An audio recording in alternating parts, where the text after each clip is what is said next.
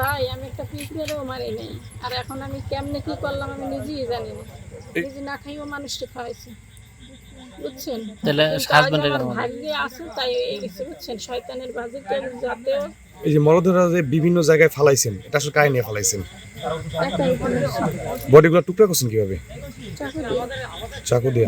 কোথায় কোথায় ফালাইছেন?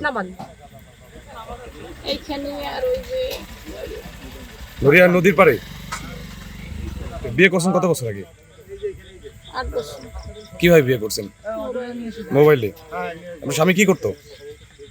মা বাহিরে থাকতো। কোন দেশে থাকতো? দেশে আসছে কবে? দেশে এসে গত কোরবানির পরে। এরপর একসাথেই থাকতেন চন্দ্রপুরে? এর আগে আপনি কোনো মার্ডার করছেন? মাদার ভাই আমি একটা পিঁপড়েরও মারি নাই।